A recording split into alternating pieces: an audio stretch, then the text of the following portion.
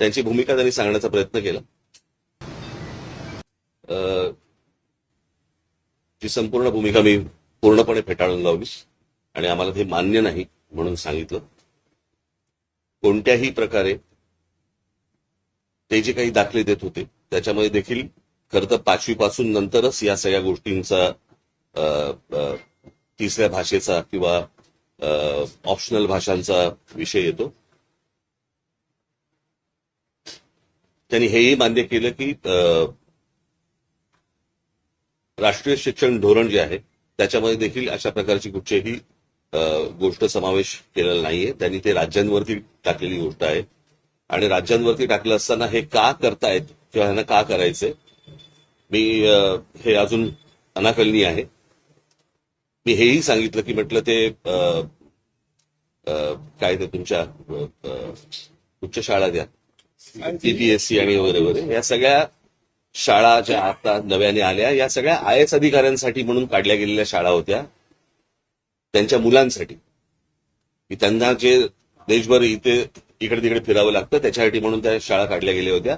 आता त्या गोष्टींचं त्या शाळांचं वर्चस्व ह्या राज्यांच्या शाळांवरती जास्ती करण्याचा प्रयत्न आहे आणि मला असं वाटतं की तोच एक केंद्रातला आणि या सगळ्या IAS अधिकाऱ्यांचा हा त्यांचा तो अजेंडा आहे.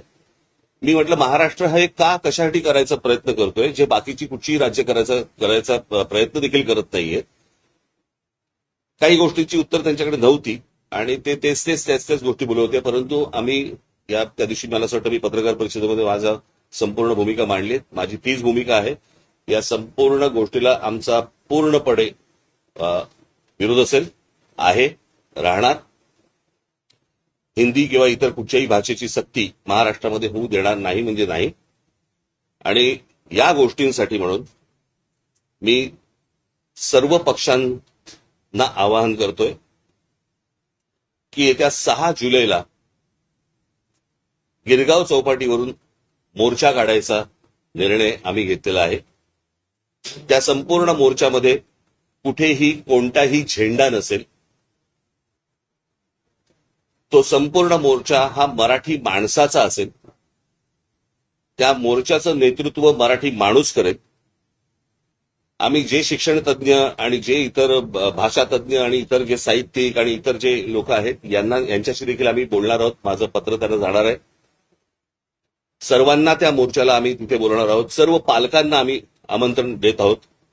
सर्व विद्यार्थ्यांना आम्ही आमंत्रण देत आहोत. सरकारला एकदा कळू देत की महाराष्ट्राच्या मनात काय आहे ते. आणि महाराष्ट्राने संपूर्ण ताकद मला असं वाटतं 6 जुलै रोजी सकाळी 10 वाजता गिरगाव चौपाटीवरनं हा मोर्चा निघेल. सरकारला ही गोष्ट कळाली. रविवार एवढ्यासाठी निवडलाय कारण विद्यार्थ्यांना आणि पालकांना यायला जमेल म्हणून आणि त्याच्यासाठी म्हणून रविवार हा निवडलेला आहे. बाकीच्या राजकीय पक्षांशी देखील मी चर्चा करणार आहे. त्यांच्याशीही मी बोलणार आहे आणि सर्वांनी मला असं वाटतं महाराष्ट्रातल्या प्रत्येकाने याच्यामध्ये सामील व्हावं. कारण हा जो कट आहे त्याला कटच म्हणेन मी. महाराष्ट्राचं मराठीपण हे घालवण्याचा जो कट आहे हा उद्ध्वस्त करण्यासाठी मला असं वाटतं तमाम सर्व मराठी बांधवांनी, भगिनींनी, मातांनी, त्या विद्यार्थ्यांनी सर्वांनी त्या मोर्चामध्ये सहभागी व्हावं अशी माझी त्यांना सर्वांना विनंती आहे. इथे कोणताही झेंडा नसेल, फक्त मराठी हा एक अजेंडा असेल आणि त्या अजेंड्यासाठी म्हणून सर्वांनी महाराष्ट्रातल्या तमाम मराठी बांधवांनी या मोर्चामध्ये सामील व्हावं आणि सरकारला दाखवावं, सांगावं. आज मोठे साहित्यिक आपले एलकुंचवार यांनी देखील विरोध दर्शवला. सर्वजण विरोध दर्शवत आहेत आणि अशा वेळेला मला हेही बघायचंय की कोण कोण त्या मोर्चामध्ये सामील होत आहेत. इतर राजकीय पक्षांच्या व्यतिरिक्त इतर कोण कोण सामील होत आहेत आणि कोण येणार नाहीत हेही मला बघायचंय. म्हणजे नुसते तोंड देखले बाकीचे नुसते बोलत असतात. मला असं वाटतं ही अत्यंत महत्वाची लढाई आहे. महाराष्ट्राच्या दृष्टिकोनातनं, मराठी माणसाच्या दृष्टिकोनातनं ही खूप महत्वाची लढाई आहे आणि या लढाईमध्ये संपूर्ण महाराष्ट्राने उतरावं असं मी महाराष्ट्राला आवाहन करेन. 6 तारखेला सकाळी 10 वाजता गिरगाव चौपाटीवरून हा मोर्चा निघेल. बाकीच्या सगळ्या राजकीय पक्षांशी माझी चर्चा होईल.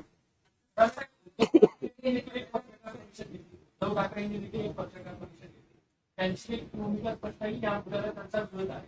आपण सर्व पक्षांना सर्व मराठीच्यांना आवाहन करणे स्वाभाविक त्यांचाही वक्तव्य आहे. तुम्ही त्याबद्दल काय सांगा, त्यांनाही आवाहन करा का? कारण एकत्र महाराष्ट्रातले राजकीय पक्ष म्हटलं आल्यानंतर ते पण आलेच ना, त्यांच्याशीही बोलणार, त्यांच्याही लोकांशी बोलणार, आमची माणसं त्यांच्याशी लोकांशी बोलणार. तुम्हाला आठवत असेल की ज्याच्यावरती इतके दिवस जे तुमचं जे चालू होतं ना सगळं, ते माझं वाक्य आपण लक्षात घ्या, कुठच्याही वादा आणि भांडणापेक्षा महाराष्ट्र मोठा आहे.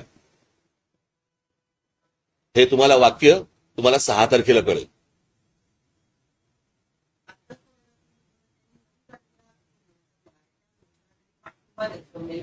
मला असं वाटतं आम्ही बोलू ना, त्या विषयावरती बोलू. रविवार एवढ्यासाठी आहे, सगळ्यांना येणं सोपं जातं आणि सरकारला महाराष्ट्राची ताकदही दिसायला सोपी जाते. मी सहज काही 6 तारीख अशीच काही गंमत म्हणून निवडली नाहीये. रविवार आहे, शाळा बंद असतात, विद्यार्थ्यांना यायला शक्य होतं, पालकांना यायला शक्य होतं, इतर सगळ्यांनाच येणं शक्य होतं आणि म्हणून तो रविवार निवडलेला. मला असं वाटतं आपण तेच बोलतोय. स्वरूप काय असणार आहे का? तुम्ही आझाद मैदानपर्यंत एक मोठ्या पायी काढली, तेव्हापासून आपण कसा मोठा निघणार आहे मंत्रालयातील आझाद मैदान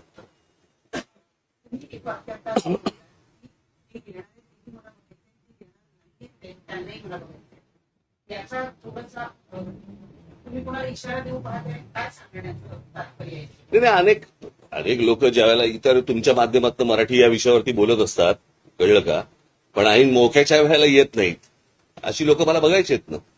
मग त्याच्यामध्ये अनेक कलावंत पण असतील.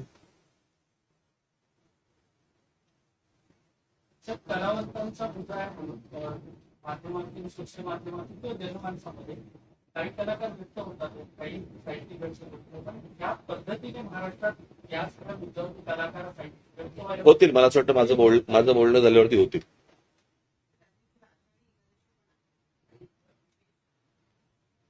विठ्ठलाला चाकडं घालू, सरकारला सुबुद्धी देऊ.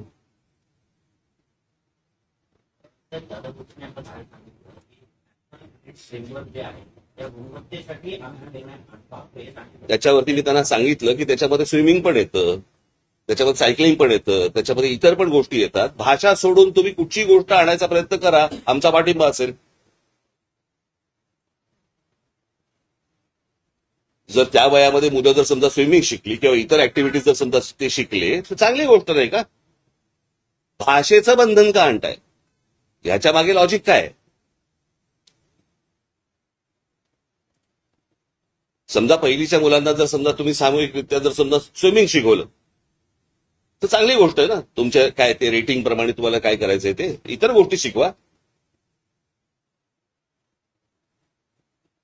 म्हणजे आता जे गोष्ट सांगताय ती त्यांच्या GR मध्ये आहे का?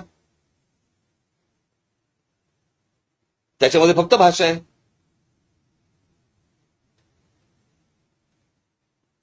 साहेब शिक्षणात भेटलो ना आता इथे.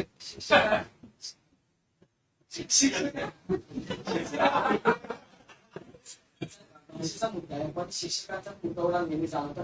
ते पण त्यांना सांगितलं, निवडणुकीत शिक्षकाला ते पण त्यांना मी सांगितलं. आता सांगतायत ते की 10,000 शिक्षक आम्ही भरती करणार, पगार द्यायला पैसे आहेत का?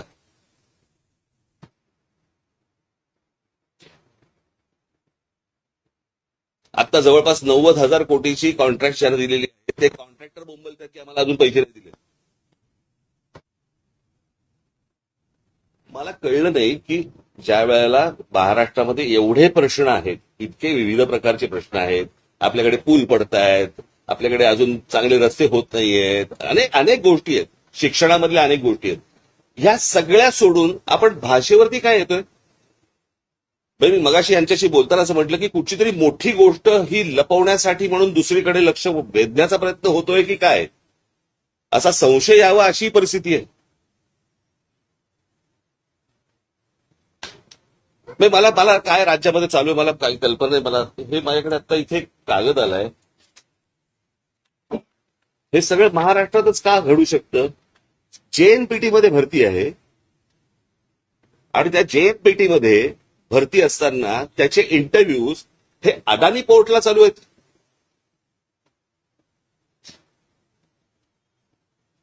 तर काय चालू आहे महाराष्ट्रामध्ये मला समजलं नाही. म्हणजे तुम्ही भाषेवरती सगळ्या गोष्टी आणताय, तुम्ही इकडच्या ज्या काही आस्थापना आहेत त्याच्यामध्ये तुम्ही त्या सगळ्या गोष्टी देण्याचा प्रयत्न करतात, जमिनी जातायत, आमच्या भाषा घालवण्याचा प्रयत्न करताय. काय काय म्हणजे काय चालू आहे महाराष्ट्रात?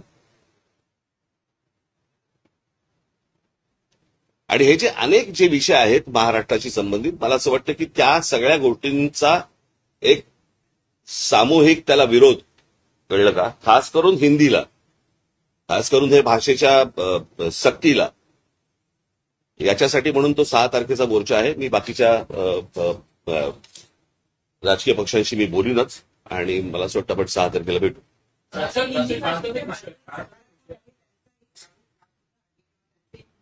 ते कोण? शिक्षण क्षेत्रातले लोक आहेत वेगवेगळी लोक नाही, ते कोण? मला ते कोण आहेत? ऑपॉर्च्युनिटीज कमी करतात. कसल्या अपॉर्च्युनिटी? हिंदी भाषा असं काय हिंदीमध्ये ठेला टाकायचंय? म्हणजे काय करायचंय? का डायरेक्ट आता 1ली ते 5वी हिंदी घेतलं की लगेच हिंदी चित्रपट सृष्टीमध्ये आम्हाला काम मिळणार आहे? काय आहे तुमचं? काय वाकडं झालं?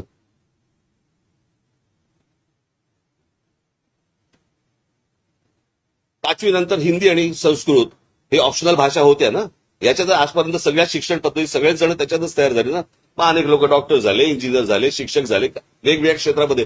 महाराष्ट्र मोठा आहे, पहिल्यापासून मोठा आहे, या शिक्षण पद्धतीमध्ये मोठा आहे ना हो. मग असा काय साक्षात्कार झाला बाकीच्यांना की ज्याच्यातनं तुम्ही महाराष्ट्रावरती ही गोष्ट आणताय?